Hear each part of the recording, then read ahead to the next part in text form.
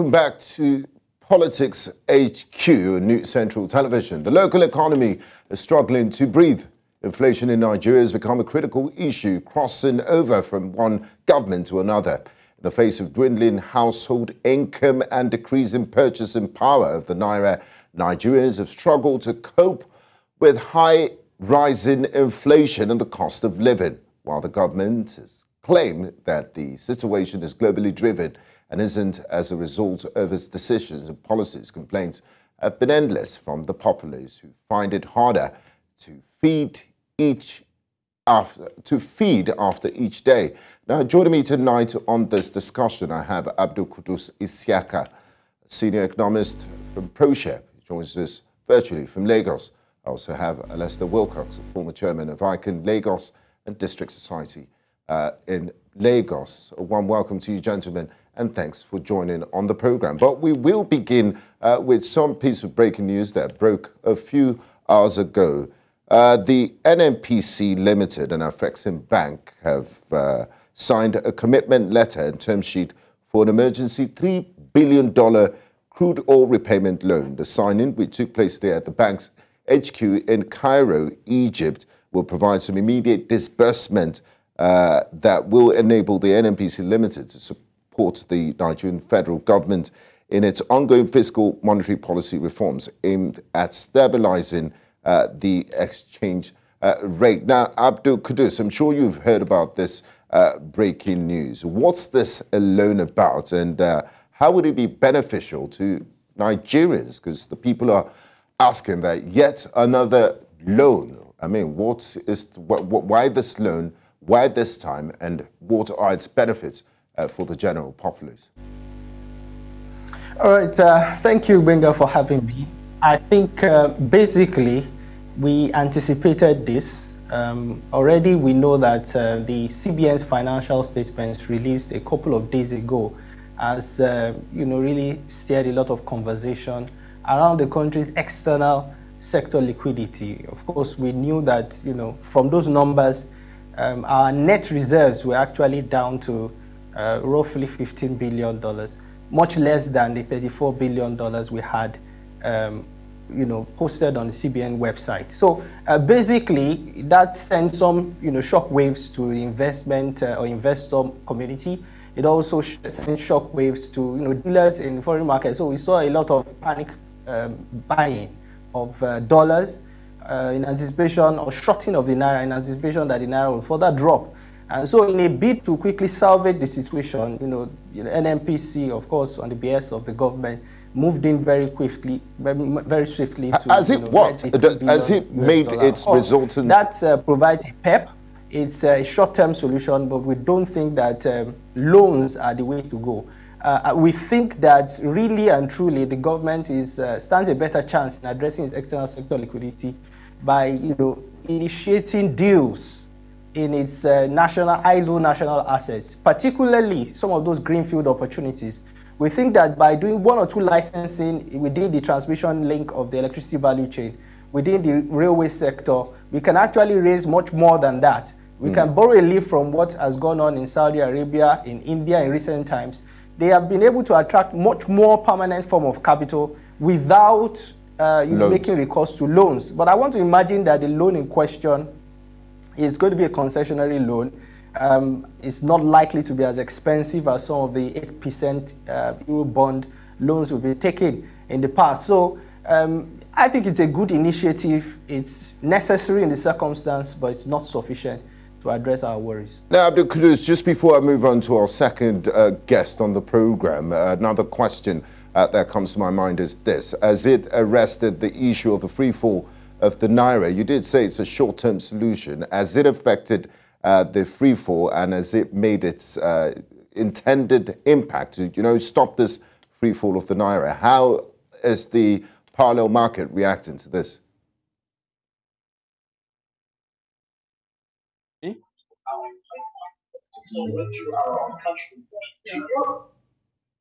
News, and even prior to the announcement, which was very late in the day, or midday, we already began to see a bit of buying of the Naira, if you want to see it that way, or selling off dollar. Because the government had put out some positive statements to the effect that we will begin to see interventions in the naira and in the exchange rate naira to dollar. So I think the market responded quite positively, up from the over 900 naira. We had 950 naira yesterday, has since dropped to around 850, depending on who you ask. So basically, we've seen positive response. We hope that the momentum will be sustained, but we do think that the government needs to do a lot more. Okay, and more permanent solutions.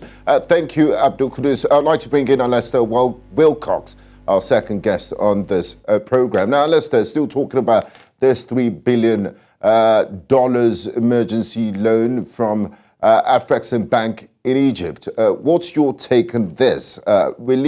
Is there any risk to NNPC and the Nigerian Treasury from incurring this additional $3 billion loan? And people are asking, will this affect the price of fuel in any way? Is there any connection to it?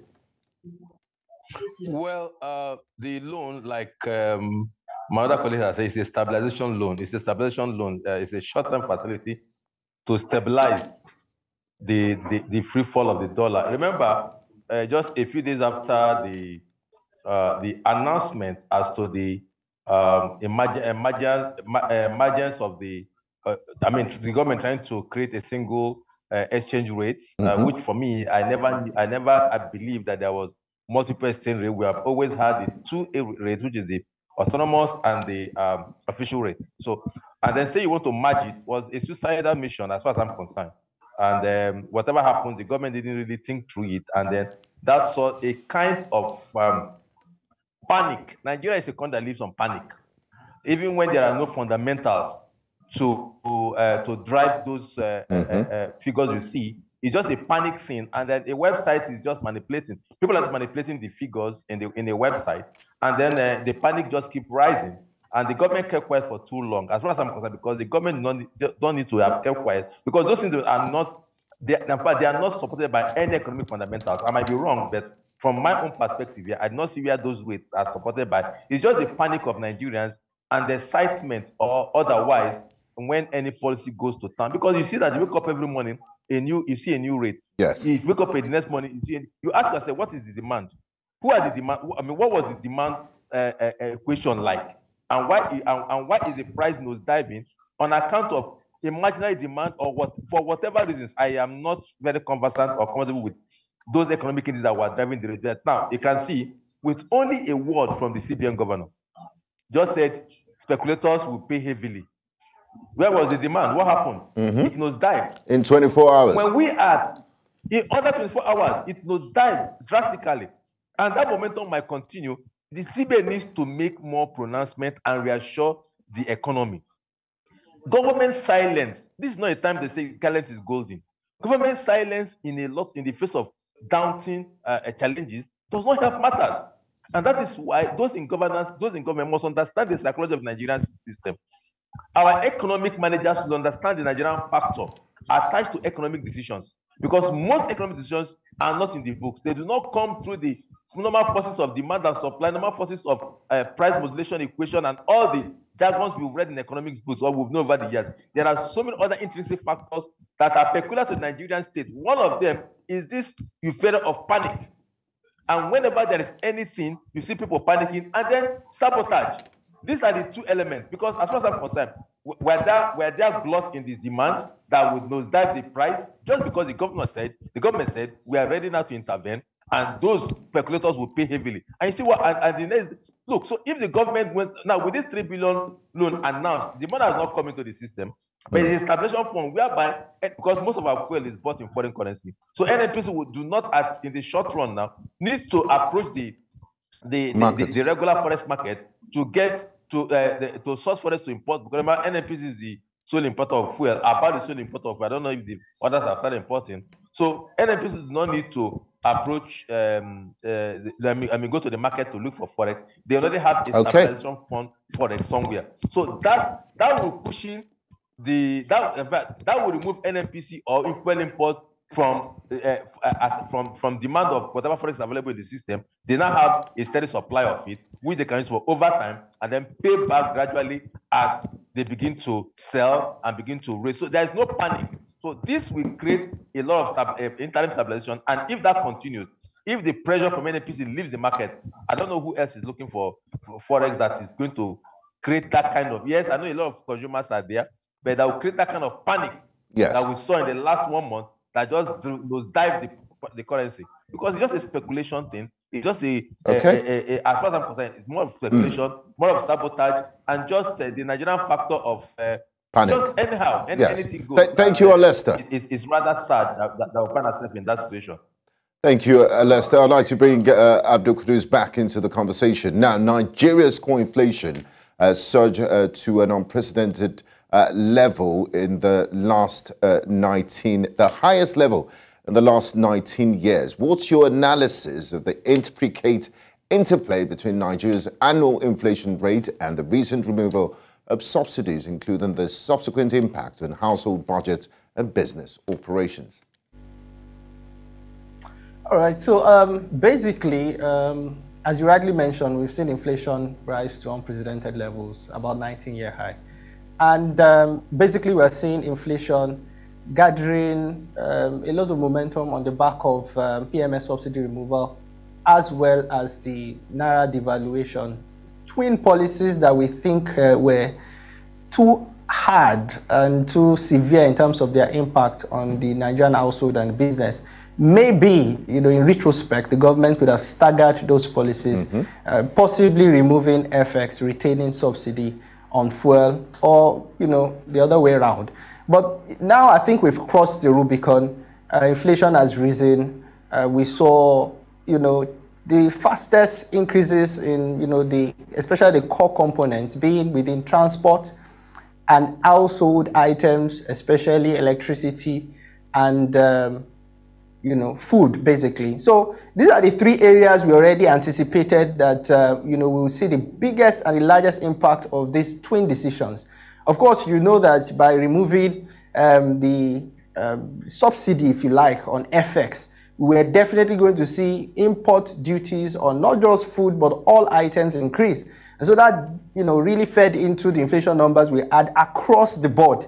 We also saw the impact of the planting season, as well as logistics and increase in transport costs feeding into food inflation. And of course, the overall or the headline index also reflected some of these issues. We think that, it was very much anticipated.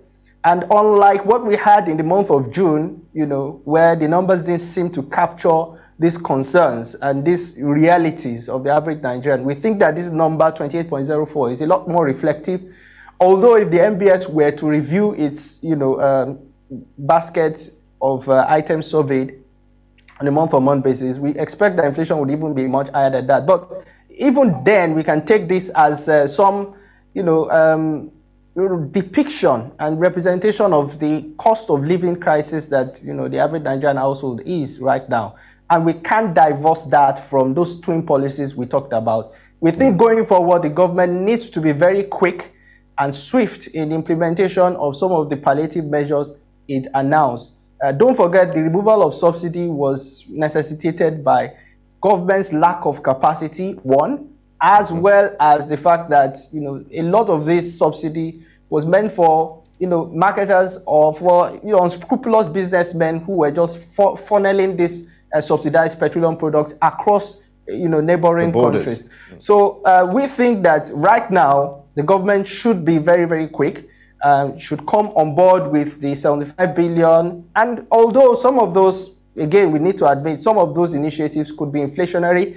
If you look, for example, at minimum wage, even though it sounds nice, even though it is the kind of thing that labor and most workers will want to hear, it's definitely going to be inflationary. We would have thought that things like reducing pay and reducing the import duty on food items would really, really have been a lot better. But in the medium to long term, we think the government needs to really, really think about CNG.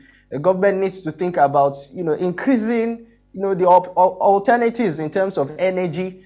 So we're not just talking about CNG, we're talking about solar.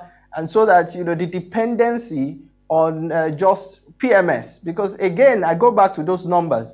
We saw transport rise by 2.8%. We saw food rise by more than 3%. On a month-on-month basis, we saw household electricity rise by 2.6%. Those are unprecedented levels if you look at the series. And that speaks to some of those areas that would typically be affected by, rising PMS prices on the back of the subsidy removal. Thank you very much, Abdul Kudus. Alesta, I'd like to pick up from where Abdul Kudus left off. It said the government took major decisions in a haste and were dealing with its effect, the floating of the Naira, and of course the removal of the subsidy, which has led to drop in purchasing power of Nigerians. Productivity has dropped, and also the unprecedented level of inflation we're witnessing in the country.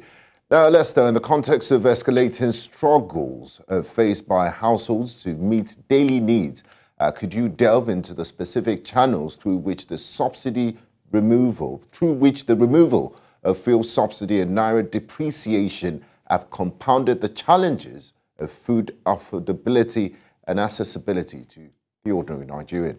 Well, I endorse my colleague's position on the hazardous or what I would call hasty dropping of two major policies that have consequences on the economy. The fuel subsidy, remember the fuel subsidy has remained too long on the table.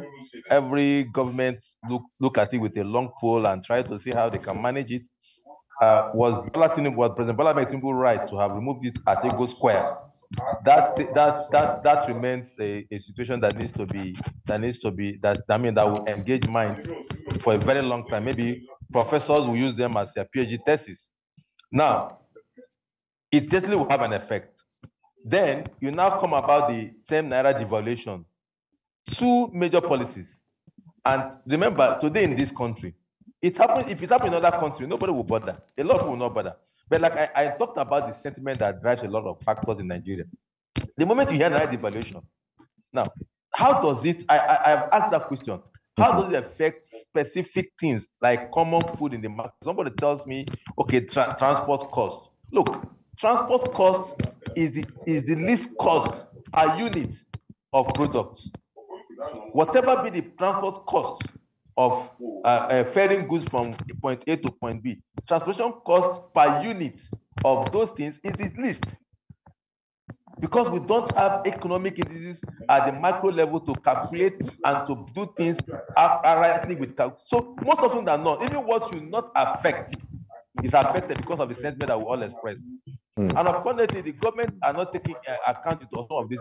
For instance, we've had issues with things like pepper, tomatoes in the market since about May or about April. It has been scarce in the market because of maybe agriculture. Because most of our products are seasonal, and we lack storage capacity. Things like yam, plantain. These are seasonal things that in their right season you see them many. In the other season they will become low. So most of them we mistake these things to be part of the problem generated by the removal of fuel subsidy. But there was also something that happened which Nigerians are not looking to, and for which should not even have affected haulage of food or food products. For instance, the vehicles that use it that convey food product across states are big vehicles that run on diesel. And we should not forget that the fact that from the day the PMS subsidy was removed, diesel price nosedived by almost 20 to 25%. So by actual fact, if truly we have sound economic indices in our present structure, then food prices should have come down if transportation is the cost, because the haulage trucks got. Alesta, even beyond the haulage trucks, the market women have to get it from Mile 12 to the market, and most of those cars use petrol. But I wish we could go on, and I look forward to having a part two on this topic. But we're fast run out of time, Alesta. I wish we'll definitely look towards having a part two of this topic, because there's still quite a lot to unpack. I'd like to say it would be nice for us to have a lot of. Yes, I agree that the poop from my two from Oyibo will need to also move them. But if you look at the increase that you have, Alistair, I'm sorry we can't go on because we've run out of time. I'd like to say thank you to you, Alistair Wilcox, former chairman of ICANN Lagos, and also Abdul Kudus Isiaka, senior economist at ProShare. Thank you so much for your contribution and your insight. Thank you for having me. Thank you very much. You're welcome. And greetings to Abdul.